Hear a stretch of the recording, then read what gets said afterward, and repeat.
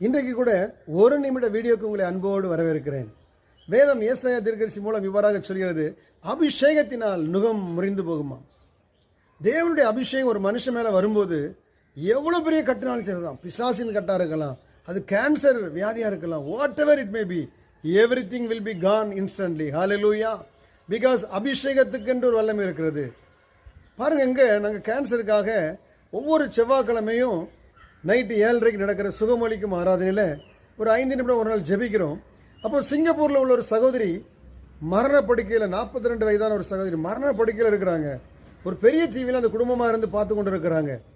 அப்போ தேவனுடைய வல்லமை அனாயிட்டிங் இந்த சகோதரி மேலே இறங்குறது, அபிஷேகத்தின் வல்லமை. அப்படியே இவங்க கையை தட்டி அந்நிய பாஷை பேசி குதிக்க ஆரம்பிச்சிட்டாங்க.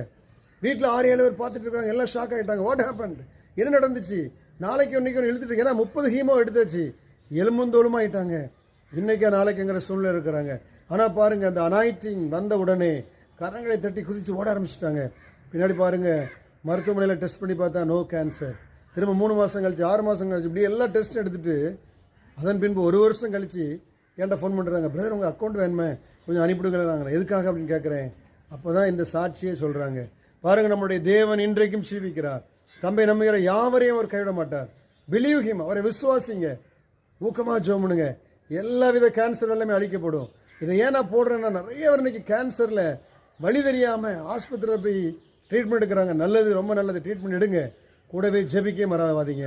முதலாவது தேவனுடைய ராஜ்யம், முதலாவது ஜெபத்துக்கு முக்கியத்துவம் படுத்துங்க. எல்லா கேன்சர் ஆவிகள் எல்லாவற்றையும் இந்த அபிஷேகத்தின் நுகம் முறித்து போடும். ஹல்லேலூயா. அபிஷேகத்தினால் நுகம் முறிக்கப்படும். அது பிசாசாக இருக்கலாம், பில்லி சுனியமாக இருக்கலாம், மாந்திரியமாக இருக்கலாம், அல்லது அன்னைக்கு லூக்கா 13 சொல்லப்பட்டது போல எல்லளவு நிமிரக்கூடாமல் ஒரு ஸ்திரீயை பிசாசு தன்னுடைய நுகத்தை வைத்து கட்டி வைத்திருந்தான். இன்னைக்கு அதெல்லாம் ஆண்டவர் உடைக்க போறார். எப்படி தெரியுமா? அனாயிட்டிங் மூலம். கேளுங்க, Lord fill me with your spirit. உங்களுடைய அபிஷேகத்தை ஊற்றுங்க ஆண்டவரே, என் கட்டுகளை மாற்றுங்க, என் சிறையிருப்பை மாற்றுங்க. கேளுங்க, சிம்சோன் மேலே பரிசுத்தன் ஊட்டப்பட்ட போது உங்களுடைய கட்டுகள் கைகள் எல்லாம் ஒரு செகண்டில் இருந்து போனது. இன்றைக்கு அதே அபிஷேகம் வல்லமையுள்ளதாக இருக்கிறது. இன்றைக்கு கர்த்தர் ஜீவனோடு இருக்கிறார். தம்முடைய அபிஷேகத்தை ஊற்றுவார், அக்கினியை ஊற்றுவார், நோங்களை முறித்து போடுவார். ஹல்லேலூயா.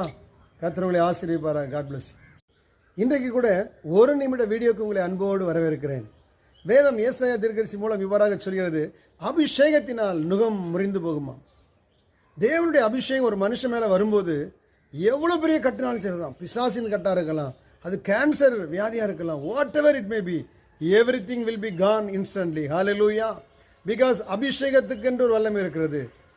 பாருங்கள், இங்கே நாங்கள் கேன்சருக்காக ஒவ்வொரு செவ்வாய்க்கிழமையும் நைட்டு 7:30 நடக்கிற சுகமளிக்கும் ஆராதனையில் ஒரு 5 நிமிடம் ஒரு நாள்